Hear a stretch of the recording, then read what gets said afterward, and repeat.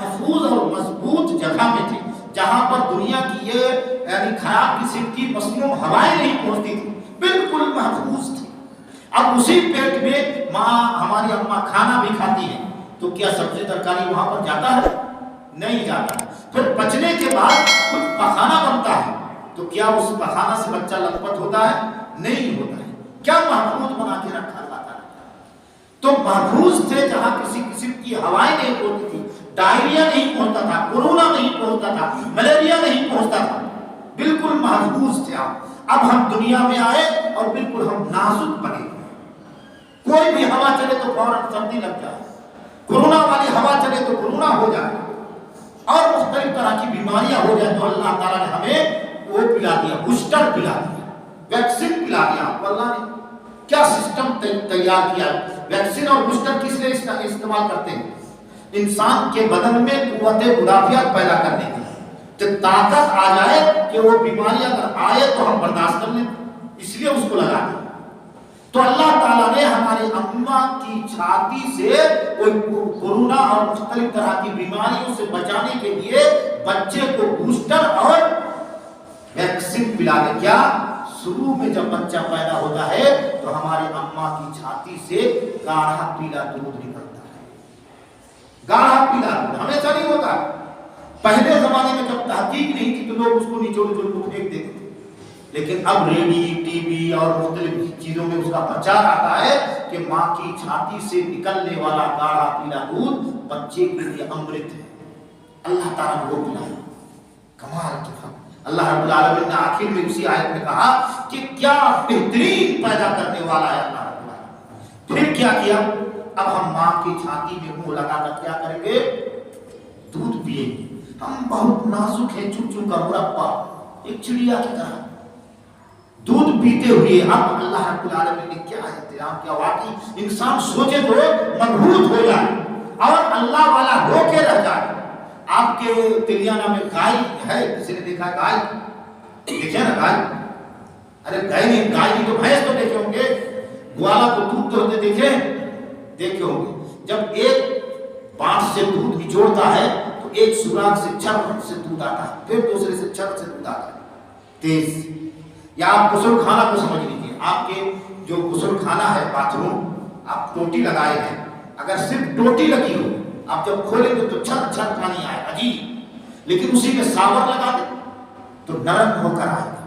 اللہ رب العالمین نے جانوروں کی چھاتی میں ساور نہیں لگایا، ایک چھاتی سے ایک سوراخ، اور ہمارے اماں کی ایک چھاتی میں کئی کئی سوراخ، چھوٹے چھوٹے چھوٹے چھوٹے چھوٹے چھوٹے کئی کئی سوراخ۔ کیوں؟ تاکہ جب ہم دودھ کھینچیں گے ایک سوراخ ہو تو تیز آئے گا، گلے میں اٹک سکتا ہے، کھانسی لگ سکتی ہے، ہم پریشان ہو سکتے ہیں، ہمیں نقصان پہنچ سکتا ہے۔ اللہ نے کہا کہ نہیں، چھوٹے چھوٹے کئی سوراخ دے دیا، جب دودھ نکالتے ہیں ہم کھینچتے ہیں تو ساور کی طرح نرم ہو کر دودھ آتا ہے۔ اللہ کی مہربانی، ہماری اللہ تم نے ہمارے لیے کیا کیا تدبیر۔ پھر اماں کے دل میں محبت اور فلاں فلاں فلاں فلاں اور 50 چیزیں ہیں۔ ہم کو یعنی تقریباً 7 بجے تک پہنچنا ہے، اس لیے کہ کچھ لوگ آئے ہوئے ہیں پرتاپ گڑھ سے، فتوا لینا ہے، پھر ہم لوگ ہو جاتے ہیں۔ تو بہت ساری چیزیں چھوڑ کے مختصراً یہ ہے کہ اتنی ساری تدبیروں کے ساتھ اللہ نے ہمیں پیدا کیا۔ کیوں پیدا کیا؟ ہم نے خطبہ مسنونہ کے بعد سورہ الذاریات کی جو آیت پڑھی تھی اس میں اللہ نے مقصد بتا دیا، کیا؟ وَمَا خَلَقْتُ الْجِنَّ وَالْإِنسَ إِلَّا لِيَعْبُدُونَ۔ ہم نے انسان کو اور جنات کو پیدا کیا ہے عبادت کرنے کے لیے۔ تو گویا کہ ہماری تخلیق کا مقصد عبادت، سمجھ گئے؟ مائکرو فون کے بنانے کا مقصد دور تک آواز پہنچانا، اگر نہ پہنچائے تو یہ بیکار۔ گھڑی کا مقصد ٹائم دکھانا، ٹائم نہ دے تو بیکار، وہ ڈسٹ بن جاتا ہے، ڈسٹ بن میں ڈال دیا جاتا ہے۔ ہم کو پیدا کرنے کا مقصد عبادت، اگر ہم اس میں فیلور ہو جائیں تو ہم فیلور ہو گئے، تو ہمارے ساتھ کیا ہونا چاہیے؟ ہم کوڑا بنیں گے کہ نہیں بنیں گے؟ ہم ڈسٹ بنیں گے کہ نہیں بنیں گے؟